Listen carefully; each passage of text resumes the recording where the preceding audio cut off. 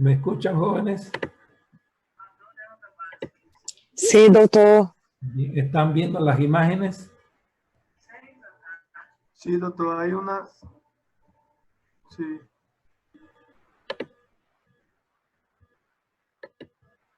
Bien, ¿están viendo las imágenes ahora bien? Sí, doctor. Sí. Perfecto. Entonces, estamos en el tratamiento, estamos diciendo que en el Crohn, cuando no funcionaba la mesalazina, teníamos que irnos a los corticoides.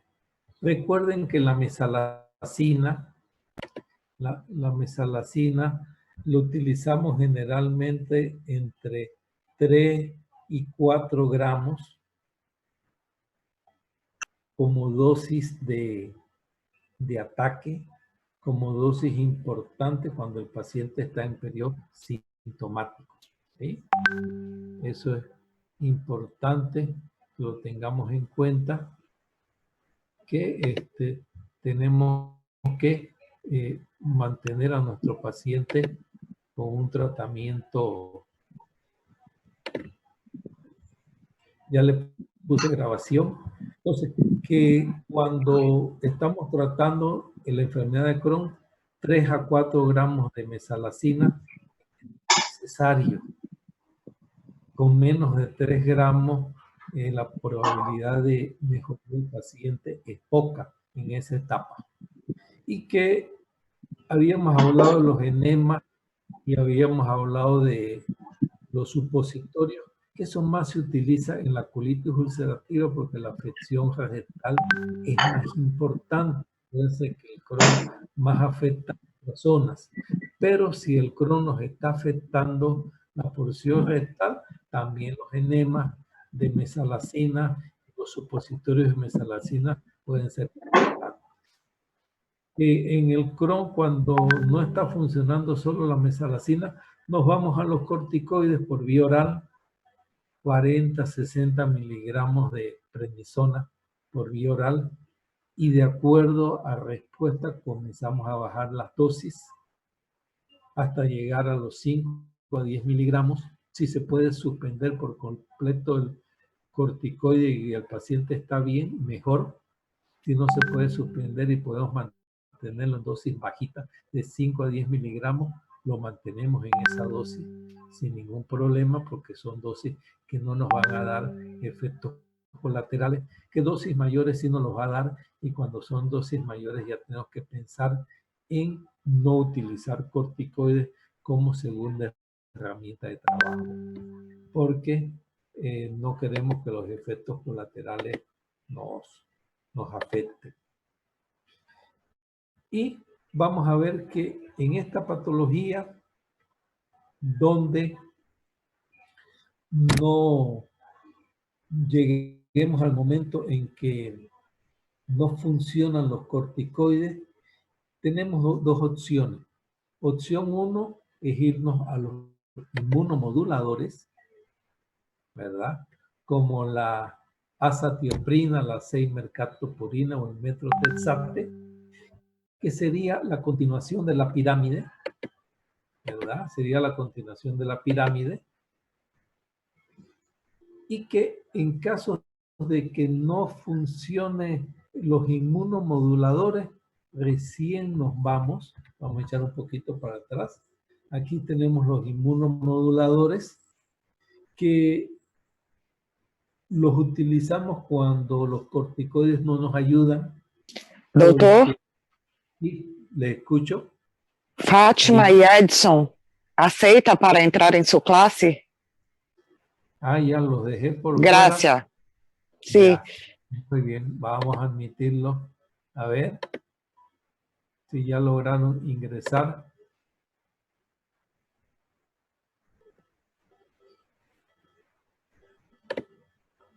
Bien. Perfecto. Cualquier otra que esté por fuera me avisan inmediatamente, ya, para incluirlo. Entonces, cuando los corticoides no funcionan, porque los corticoides necesitan dosis altas y con dosis bajas no dan efectos benéficos, o cuando los corticoides no funcionaron desde el principio, no sirvieron, entonces tenemos que irlo a los inmunomoduladores. Y nos vamos a los inmunomoduladores y entonces... Doutor, perdão, ¿sí? pero acepta Sara também? Gracias. Ya. Bien, vamos a buscarla a Sara para aceptarla. Gracias, doctor, ya me aceptó. Bien, perfecto, Sara. Entonces, nos vamos a la azatioprina cuando los corticoides no nos sirven. Si nos sirven los corticoides, nos mantenemos con ellos, más la mesalazina. Si no funcionan, y esto es lo mismo para la colitis ulcerativa, nos vamos a la azatioprina, que es importante la azatioprina, ¿sí? Y con la azatioprina mantenemos el esquema de tratamiento, siempre y cuando nos esté funcionando adecuadamente. Pero si no nos funciona adecuadamente, tenemos que pasar inmediatamente a otro medicamento que son la terapia que le hemos mencionado, donde el principal medicamento en este grupo es el infliximab. Si ustedes ven la pirámide de tratamiento, van a ver que en esa pirámide de tratamiento hemos ido subiendo desde la mesalazina, hemos ido subiendo a los corticoides, hemos ido subiendo a los inmunomoduladores, y si los inmunomoduladores no nos funcionan, tenemos que irnos inmediatamente a la terapia biológica. Y dentro de la terapia biológica, el principal exponente de la terapia biológica es el infliximab, que es un medicamento muy importante, el infliximab, pero que hay otros medicamentos que van a salir al mercado o que ya están en el mercado internacional, como el adalimumab, que ya está en el mercado internacional, o el vedolizumab, que ya también está en el mercado internacional, pero que no llegó al mercado local. Entonces, con ese esquema vamos a manejar a la gran mayoría de los pacientes. Ahora, un 90% de los pacientes con Crohn, igual con colitis ulcerativa, se manejan con mesalazina y con corticoides ocasionalmente. O sea que ese grupo de pacientes que necesita medicamentos más potentes y lógicamente más caros, como los inmunomoduladores o la terapia biológica, como ser el infliximab, son los menos. Es un porcentaje muy pequeño. Yo hace un año y medio estuve hablando con gastroenterólogos en Cochabamba sobre este tema, y ninguno de ellos había necesitado utilizar esta medicación nueva. Todos manejaban a sus pacientes única y exclusivamente con mesalazina y con corticoides. Entonces, llegar a la terapia biológica o llegar a los inmunomoduladores que están previamente no es algo muy común, ¿sí? No es lo frecuente, pero es bueno que sepamos que existe ese tipo de pacientes que nos pueden causar algunos problemas, algunas dificultades, y que tenemos que manejarlo adecuadamente con este tipo de medicación. Pregunta sobre enfermedad de Crohn. Joven, pregunta sobre enfermedad de Crohn. No, doctor. Se está grabando la clase, así que vamos a tener la grabación de la clase. Doutor, La cirugía. Sí, te escucho. eu tenho uma pergunta. Eu penso que se o paciente tem Crohn, tem uma imunidade baixa porque não vai absorver todos os nutrientes.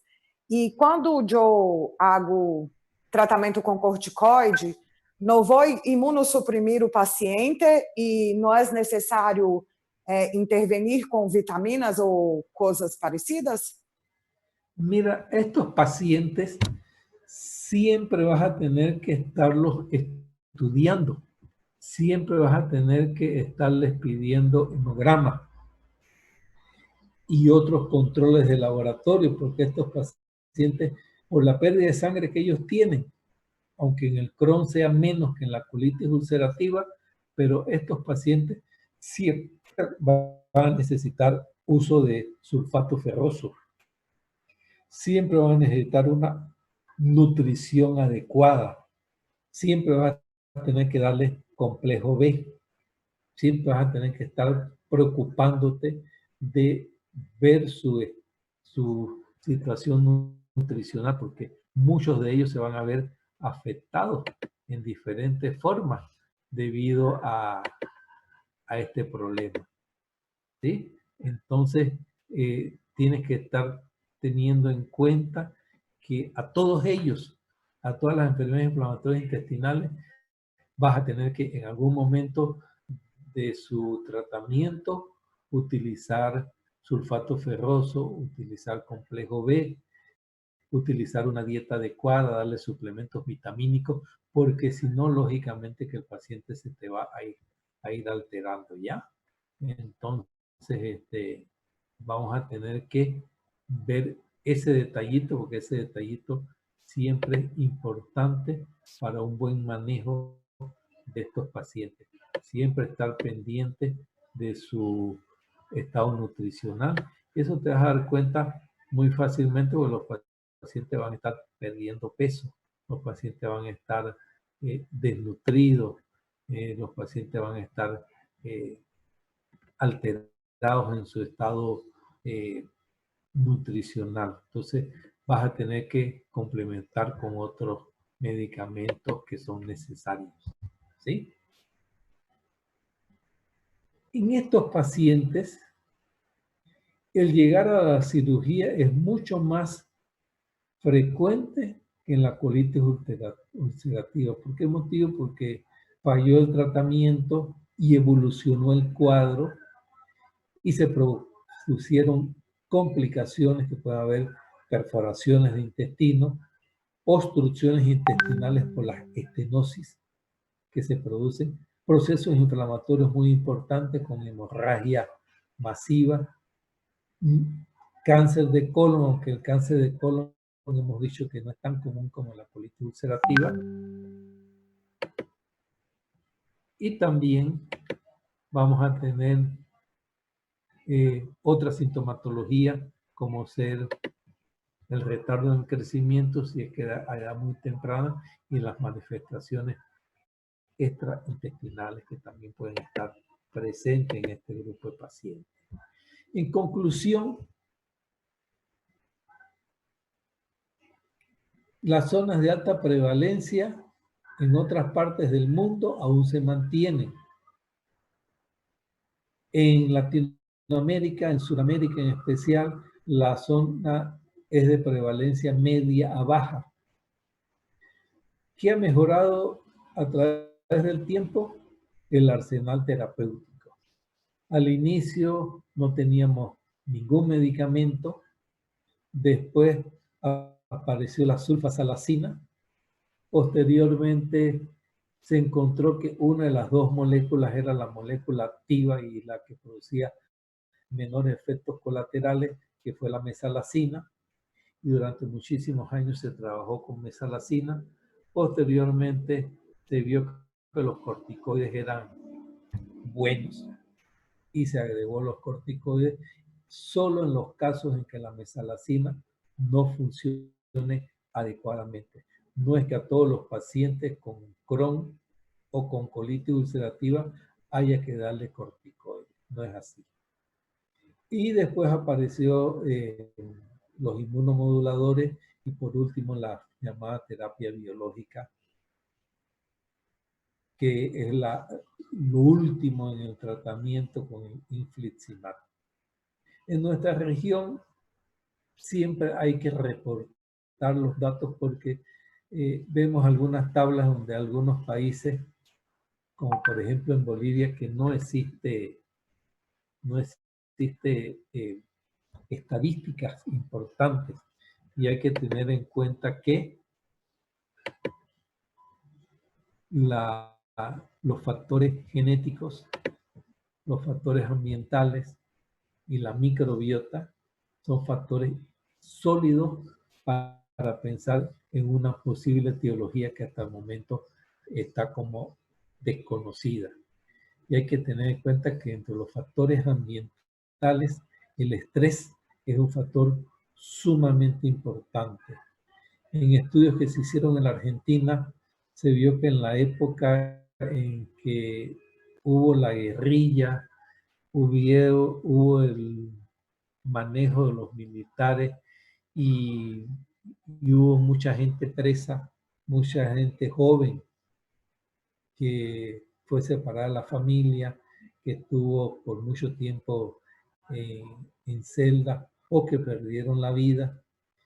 En ese grupo de personas, el incremento de las enfermedades inflamatorias intestinales fue muy importante. Entonces siempre hay que tener en cuenta eso. ¿Alguna pregunta más sobre lo que es el tema de la enfermedad de Crohn o de la colitis ulcerativa que la hemos estado manejando en la clase? ¿Alguna pregunta más que me quieran hacer con relación a ese tema? No, doctor. Bien, entonces, jóvenes, con esto terminamos las enfermedades inflamatorias intestinales. Yo le quiero dar un avance sobre una patología que es mucho más común que el Crohn y que la colitis ulcerativa y que ustedes lo viven todos los días, que es, ustedes ven aquí,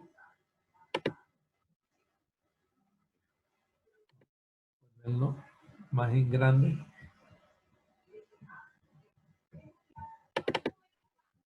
que son las parasitosis intestinales.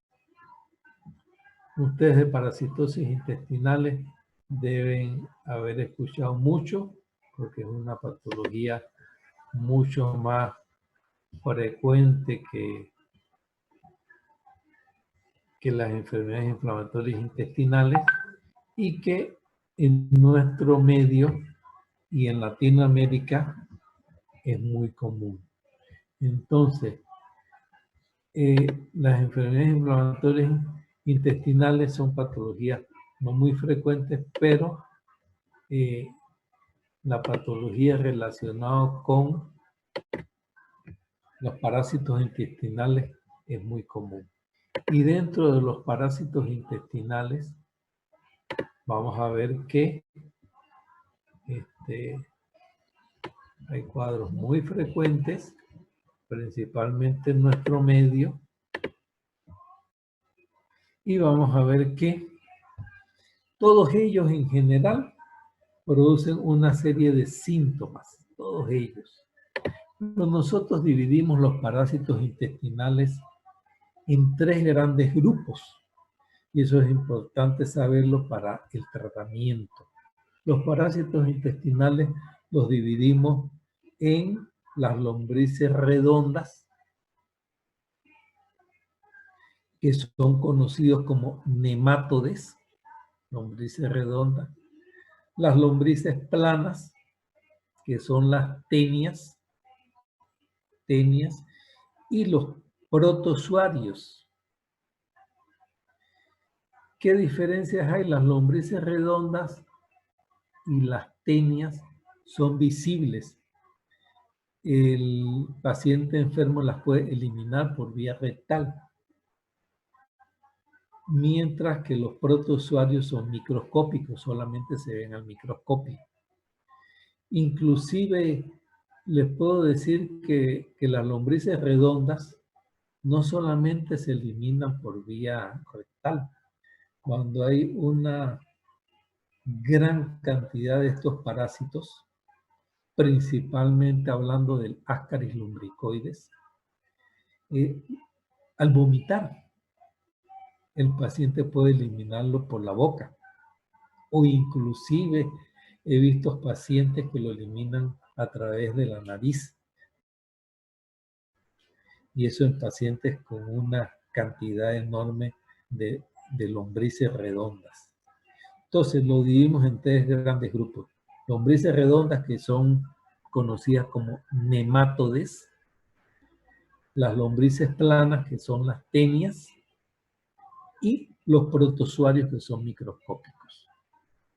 Si hablamos de las lombrices redondas, los principales exponentes son el Ascaris lumbricoides, que es una lombriz larga y grande, las uncinarias, que dentro de las uncinarias tenemos el Necator americano y el Ancylostoma duodenal como principales exponentes de las uncinarias. Tenemos otros como el Oxyurus, y tenemos que el Oxyurus es bastante frecuente en nuestro medio, y tenemos también la Trichuris trichiura, sin olvidarse del Strongyloides estercoralis. Esos son lombrices redondas. Ascaris lumbricoides, las uncinarias, que tienen dos representaciones importantes, el Ancylostoma duodenal y el Necator americano, el Strongyloides estercoralis, Trichuris trichiura y los Oxyurus, que también son conocidos como Enterobius vermicularis. Dentro de las lombrices planas, dentro de las tenias, los principales exponentes de las tenias son la tenia solium y la tenia saginata. La tenia solium, que es frecuente contagiarse al ingerir carne de ganado de res, y la tenia saginata, que es principalmente del cerdo, del chancho, ¿sí? Y tenemos el tercer grupo, que son los protozoarios, que son los microscópicos, y dentro de ellos tenemos... Doutor, ¿Sí? ¿Te escucho? uma dúvida. Saginata não é de vaca e sólio não é de cerdos? Sí, tienes razón. Tenia solium del cerdo y tenia saginata de la vaca. ¿Sí? Ah, ya, gracias. Sí. Entonces, estábamos con los protozoarios, y dentro de los protozoarios tenemos como principal exponente las amebas, o también conocidas como entamoebas. Y dentro de las amebas tenemos la histolítica, que es la que produce sintomatología y es la que produce enfermedad. La entamoeba histolítica, y tenemos la ameba coli o entamoeba coli, que generalmente uno tiende a tomarla como no productora de síntomas, pero igual si ustedes encuentran un paciente con cualquiera de las amebas, lo correcto es darle tratamiento. Pero aparte de las amebas histolítica y de la entamoeba coli, tenemos la Giardia lamblia, que la Giardia lamblia es también productora de una gran cantidad de sintomatología. La Giardia lamblia tiende a ubicarse en el intestino delgado, principalmente llega inclusive en el duodeno. Y tenemos otros protozoarios menos sintomáticos, menos causantes de enfermedades, como ser principalmente, y que se ve mucho en los estudios de materia fecal, algunos otros protozoarios más pequeñitos como la Iodomeba bushley, pero que no vale la pena que se lo aprendan porque no son sintomáticos. Entonces, dentro de las tenias que le dije que estaba la tenia solium y la tenia saginata, existe una tenia que le llaman la tenia enana o la Hymenolepis nana. Es mucho menos frecuente, pero es bueno que la conozcan. Ahora, vamos a hablar de la forma de ingreso de la gran mayoría de estos parásitos. Ingresan por vía oral, ingresan con agua o ingresan con alimentos. ¿Sí? Alimentos contaminados con huevos de parásitos intestinales o con huevos de tenias o con quistes de protozoarios, ¿sí? Entonces tenemos los huevos de las tenias, tenemos de las lombrices redondas o tenemos los quistes de los protozoarios. Todos ellos ingresan por vía oral, todos ellos ingresan a través de alimentos contaminados con estos parásitos intestinales, y cuando ingresan con estos parásitos intestinales tenemos que tener en cuenta que están ingresando con alimentos contaminados con materia fecal, porque es a ese nivel donde se presentan la contaminación de los alimentos, la contaminación del agua, con personas enfermas que han hecho su defecación, que no se han limpiado adecuadamente las manos y que han contaminado el agua o el alimento que están preparando para otras personas, y esas otras personas al consumirlo se enferman. En términos generales, la clínica de todos ellos en general está relacionado con trastornos digestivos inespecíficos como ser dolores abdominales tipo cólico, gases intestinales que conocemos como flatulencia, náuseas, vómitos, pérdida del apetito, inapetencia, etc. Trastornos generales como la astenia, la anorexia, la irritabilidad, alteraciones en el sueño porque producen diferentes manifestaciones, inclusive durante el sueño, la pérdida de peso porque a mayor número de parásitos se producen cuadros de mala absorción, diarreas agudas acuosas, a veces diarreas disentéricas como produce la entamoebis tolítica o diarreas crónicas que van afectando al paciente. Algunas manifestaciones alérgicas como el prurito, la urticaria y la rinitis. Tenemos que tener en cuenta que existen 3 lombrices redondas que producen prurito. No estamos hablando del prurito anal, sino prurito a nivel de la piel. Y a veces estos pacientes llegan al dermatólogo porque van por cuadros alérgicos y el dermatólogo dentro de sus estudios le pide parásitos intestinales. Existen 3 parásitos intestinales, 3 lombrices redondas que producen manifestaciones alérgicas. Y estas 3 lombrices redondas que producen manifestaciones alérgicas son el Ascaris lumbricoides, las uncinarias y el Strongyloides estercoralis. De ellos, todos producen cierto grado de eosinofilia, o sea, aumento de los eosinófilos. Y cuando tenemos aumento de los eosinófilos, estamos pensando en un cuadro alérgico. De los 3, el que produce mayor grado de eosinofilia es el Strongyloides estercoralis.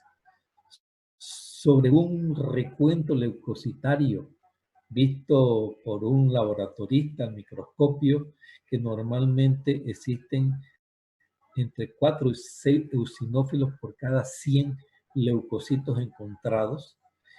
En el estrongiloides estercorales puede llegar a 20 o 25 eosinófilos de 100, disminuyendo, por supuesto, los neutrófilos, disminuyendo los linfocitos, disminuyendo los monocitos. Entonces existe lo que llamamos una eosinofilia. Y principal eosinofilia es la producida por el estrongiloides estercorales.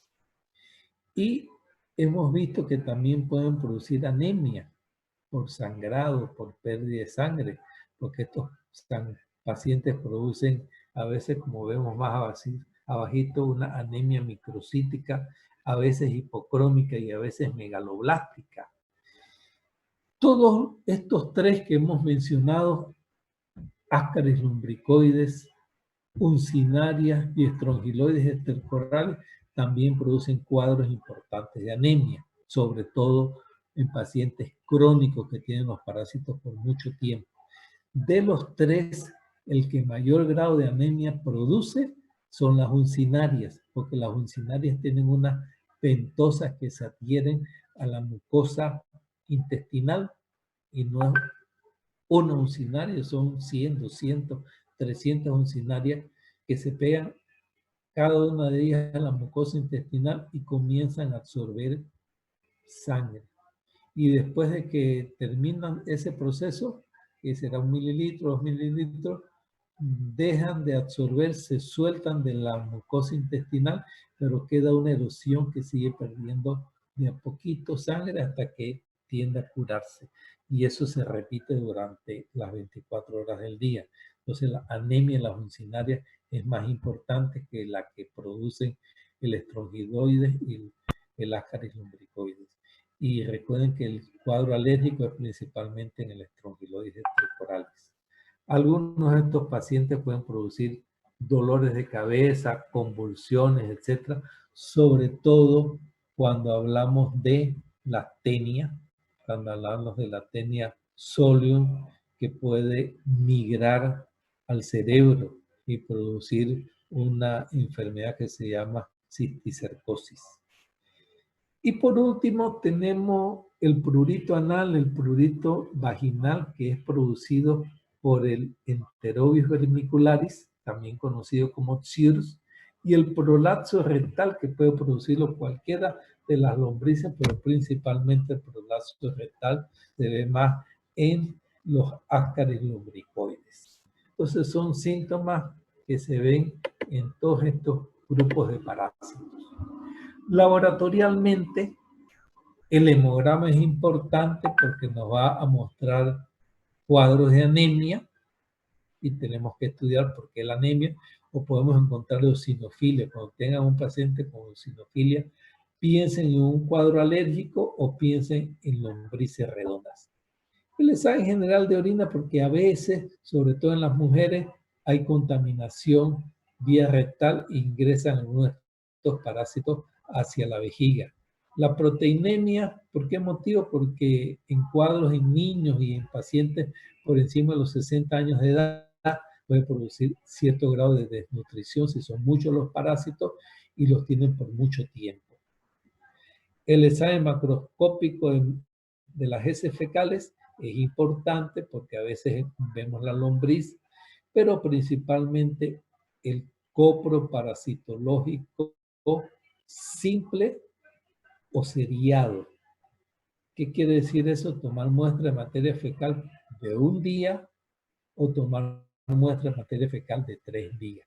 Lógicamente que si pedimos un parasitológico seriado, la probabilidad de hacer un diagnóstico seguro aumenta, pues son 3 días diferentes que estamos tomando una muestrita de materia fecal del paciente y lo estamos mandando al laboratorio. Entonces eso facilita el diagnóstico.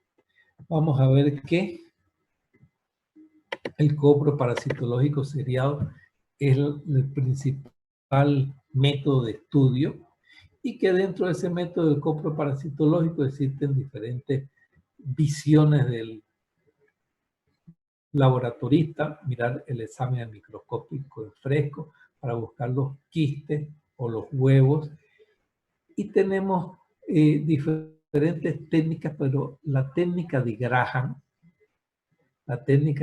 se vuelve importante cuando sospechamos enterobios vermiculares o oxiuros, que es lo mismo, porque en esta técnica de Graham se toma una muestra directamente de la región anal, introduciendo un hisopo dentro del anito, buscando la presencia de los huevos del enterobios vermiculares, porque es conocido que las hembras descienden hasta la región rectal para colocar los huevos. Entonces, por eso esta técnica es hasta más importante que la otra.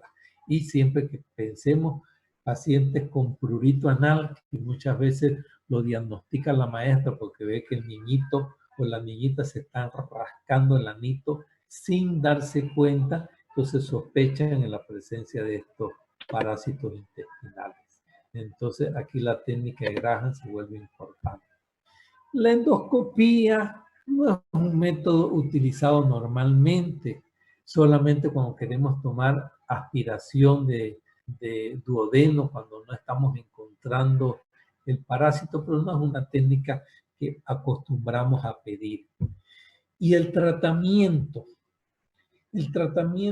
es específico para los protozoarios, para los helmintos y para las tenias.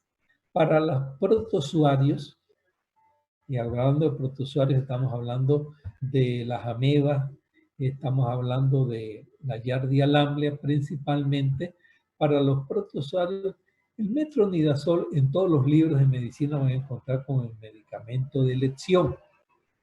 Pero tenemos que tener en cuenta que el metronidazol tiene efectos colaterales bastante incómodos. Entonces, hoy en día aparecieron dos medicamentos que ustedes ven aquí, el setnidazol y el tinidazol, que no tienen esos efectos colaterales y que se dan en un periodo de tiempo más corto. El metronidazol generalmente las dosis hay que darlas 3 veces al día por 5 a 10 días. Los comprimidos vienen de 500 miligramos y se dan 3 comprimidos de 500 miligramos por día hasta completar entre 5 y 10 días de tratamiento. El setnidazol viene de 1 gramo y se dan 2 comprimidos juntos de setnidazol, una sola toma. El paciente viene ya el envase, el medicamento en un envase de cartón donde vienen 2 comprimidos y es dosis única. O el tinidazol, que se toman 2 comprimidos por 3 días seguidos. Entonces, principalmente el de elección hoy en día es el setnidazol porque es una sola toma. El paciente toma sus 2 comprimidos y acabó el tratamiento de los protozoarios. En los helmintos, ustedes ven una serie de medicamentos que están descritos en la diapositiva. El principal medicamento